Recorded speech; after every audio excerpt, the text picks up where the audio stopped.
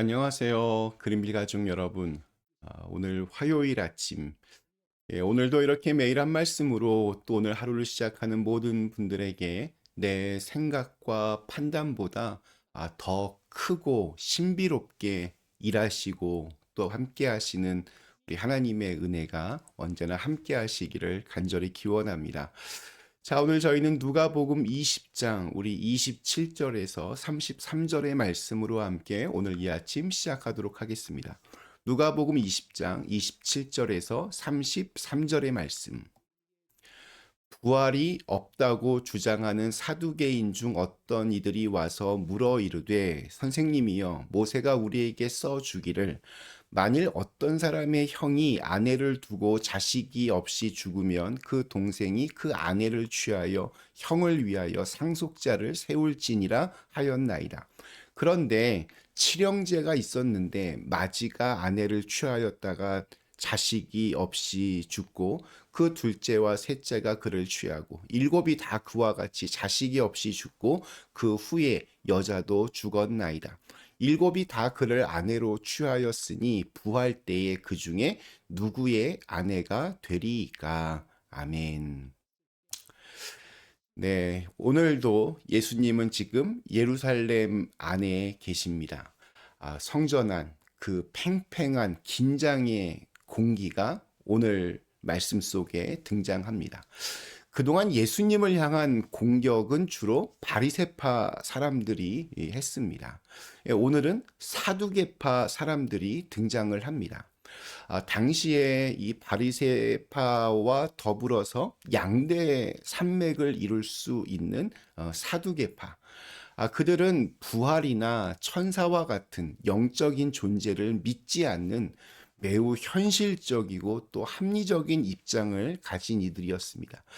그들은 주로 이렇게 의회의 구성원들이었고 또 현실적인 힘과 권력을 가지고 있던 사람들입니다. 그런 그들이 예수님께 오늘 이 부활에 대해서 묻는 것은 예수님의 가르침을 자신들의 어떤 신념으로 시험하고 공격하려는 의도였습니다.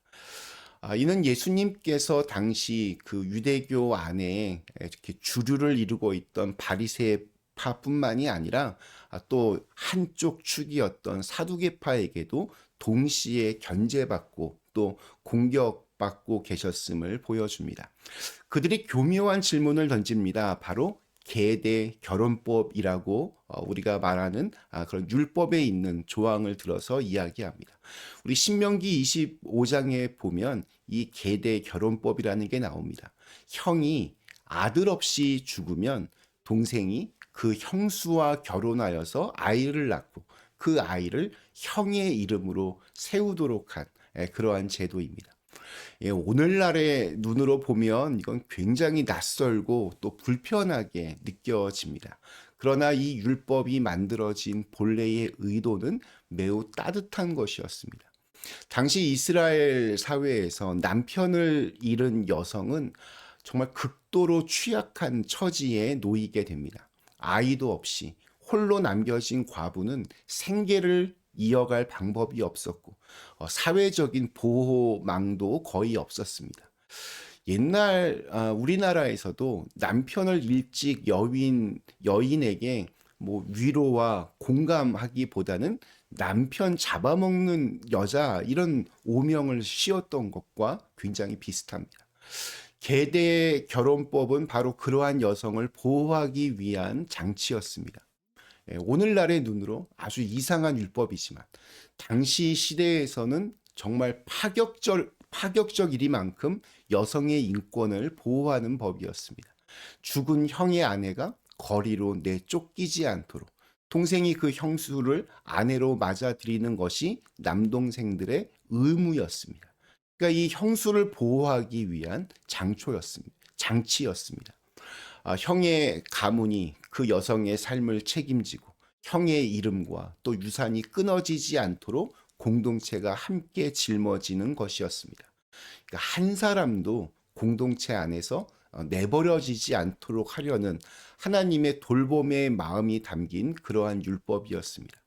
그러나 이 사두개파 사람들은 이 율법을 전혀 다른 방식으로 사용하고 있습니다.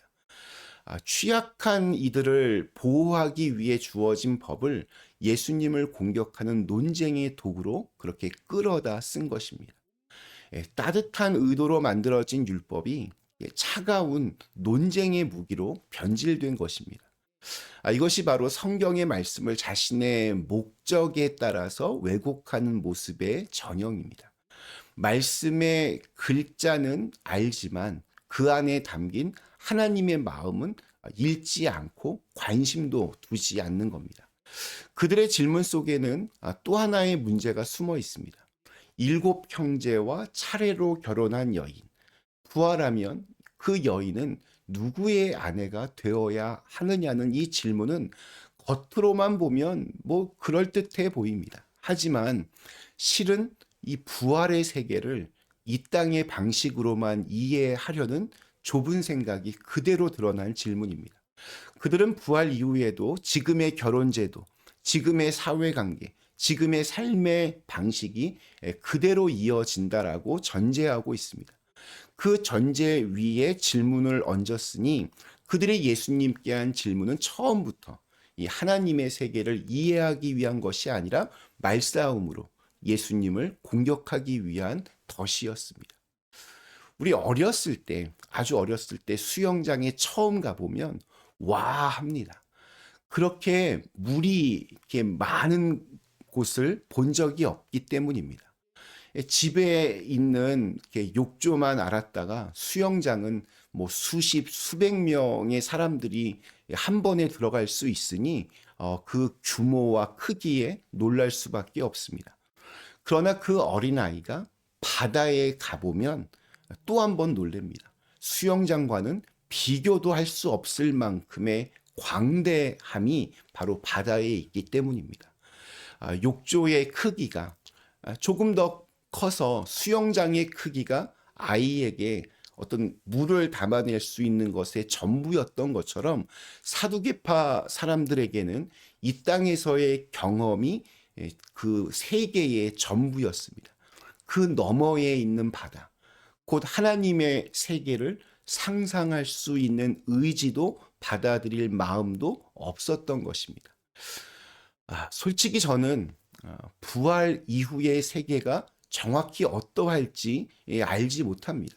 아직 경험해 보지 못했기 때문입니다. 하지만 오늘 함께한 이 말씀 앞에서 한 가지의 물음이 조용히 마음속에 자리를 잡습니다. 나는 하나님을 믿는다고 하면서 정작 하나님의 일을 내 생각에, 내 이해의 크기 안에 가두고 있지는 않은가? 우리는 대개 과거의 경험을 바탕으로 내일을 그립니다. 지난번에 안 됐습니까? 이번에도 안 될 것 같고, 아직까지 아무런 변화가 없으니까 이번에도 또 앞으로도 그럴 것 같다라고 그렇게 확신합니다.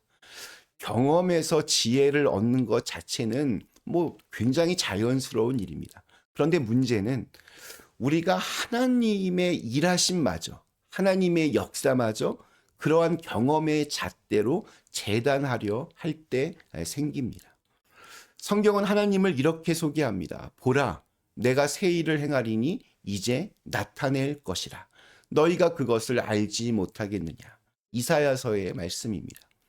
여기서 새 일이란 내가 예측할 수 없는 일입니다. 내 경험의 데이터베이스 안에 없는 일입니다. 그러므로 그것을 기대한다는 것은 내 생각의 그 틀 바깥에서 일하시는 하나님을 신뢰한다는 고백이기도 합니다. 나의 좁은 생각과 또 그 경험과 생각의 틀을 깨고 하나님의 눈으로 세상을 바라보는 법을 우리가 좀 배울 수 있어야 됩니다. 아직 오지 않은 내일은 우리가 한 번도 가보지 않은 미지의 시간입니다. 하나님이 어떻게 일하시고 어떻게 그 미래를 바꾸실지 아무도 알 수 없습니다. 그 시간 안에서 하나님 우리의 상상을 뛰어넘는, 훨씬 뛰어넘는 방식으로 우리를 이끌어 주실 것입니다. 우리가 할 일은 그 하나님을 신뢰하며 마음의 문을 여는 것입니다.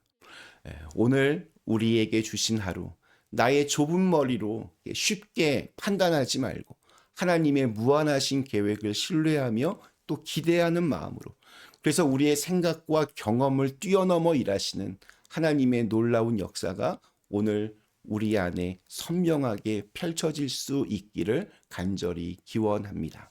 잠시 함께 기도하겠습니다. 거룩하신 하나님, 보이지 않는 세계가 있습니다. 우리가 도저히 이해할 수 없는 그런 차원의 세계가 있습니다. 하나님의 일하심이 있습니다.